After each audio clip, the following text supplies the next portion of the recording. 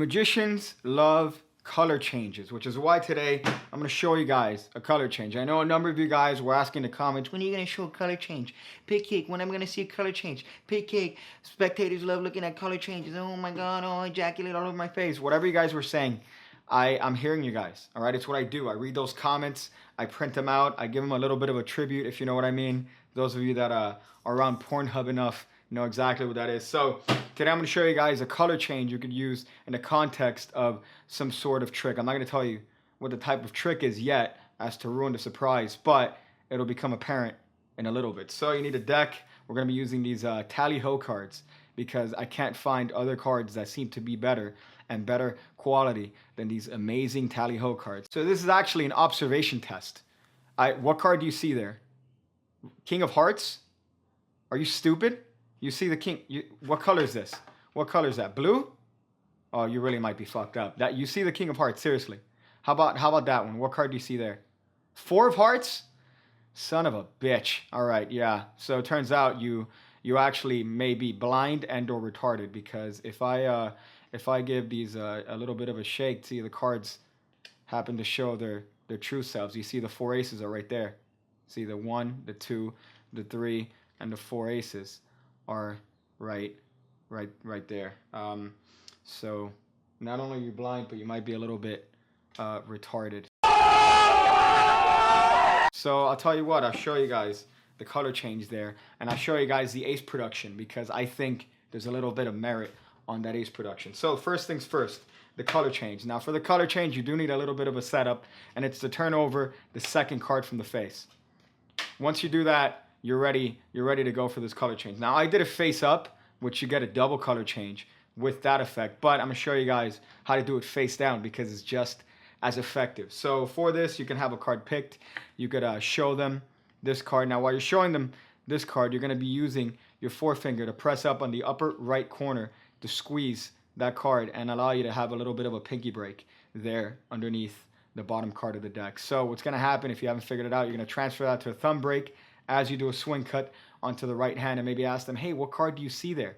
Oh, you see the 10 of spades? That's definitely not the 10 of spades. Now what's gonna happen is that you're gonna brush over this card just like this, and you're gonna deposit that face down card right below the outjogged 10 of spades. So this is gonna be under the context of waving this packet over this 10 of spades in a PG fashion. So this is going to accomplish a couple things. It's going to deposit that cover card, which is going to allow your finger to squeeze this card in and not be detected because of the cover card. You see the ingenuity here. So once again, you have the break here.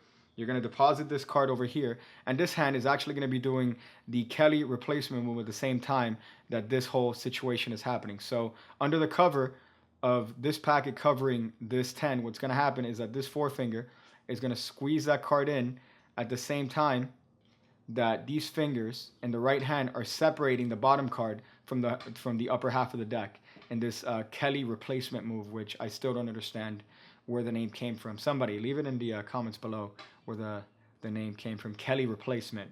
So there you go. So you're doing this move to separate that card from the deck at the same time that you're doing this Kelly replacement move, which is going to give you a perfect opportunity to regrip this card where the 10 was moments ago and continue the wave as if that card has magically changed. Now here's the cool part. A lot of people are just going to think that you got a card from here and just simply dropped it. So when you do this little action and show that it's a single card, that kind of sells the color change as something that's, oh, what, you got me, what? I thought that was 2 cards.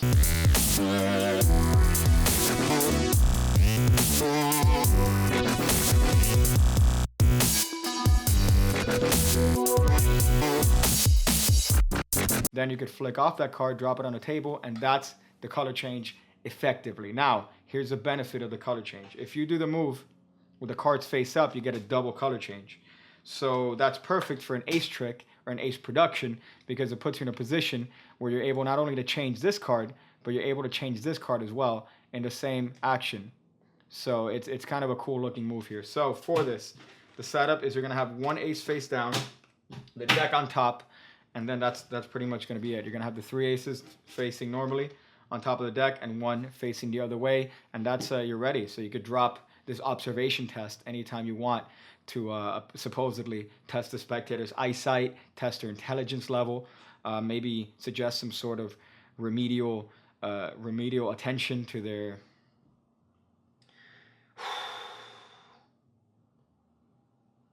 drugs. So you're going to set up the same way. You're going to have a pinky break there. You're going to transfer it over to a thumb break as you do a swing cut. You're going to out jog this card towards them. So now you're showing two different cards, a 10 and a 2. Now this is when you deposit this card under here, and then you're doing the same Kelly replacement move to deposit that card and show that you have 2 aces. Now you're going to tell them that there are 4 aces here and they just can't see them. Now when you're pointing at them, that's when you're going to do the Kelly replacement move with the back ace over here and separate that card, getting it ready to be deposited. So you're going to say 1 ace, 2 ace. Now here's the cool part. As I'm pointing at this ace, these fingers underneath are gripping this hidden ace over here. And you're going to go 1, 2, grip the ace, let it flick off this packet, and that should draw the eyes there, which allows you ample opportunity to flip this packet over and reveal the last ace. So in sequence, it should look like, oh, you don't see the 4 aces there? What are you, retarded? There's 1, 2, 3, and 4. That's and then you hit them with the that super twist right there. So that's kind of a cool ace color change production. You could do it pretty much anytime you want. I know it gives it sort of it gives that color change a little bit of a meaning, because otherwise it wouldn't really have much of a meaning. It's just a color change that requires a little bit of a setup.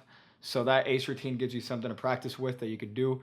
But think of other ideas you could use with that same principle, with the same color change principle with the cover card. I'm sure, I am about 1000% sure I'm not the one to come up with that. If you guys know by some weird chance who's the originator of that, probably Marlowe. And his it's probably the three-handed Jewish credenzel color change. Leave it in the comments. Patreon, Twitter.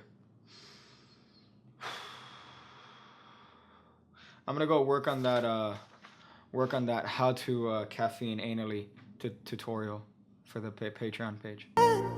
When I see you again, when I see you again, when I see you again, when I see you again, when I see you again, when I see you again, when I see you again.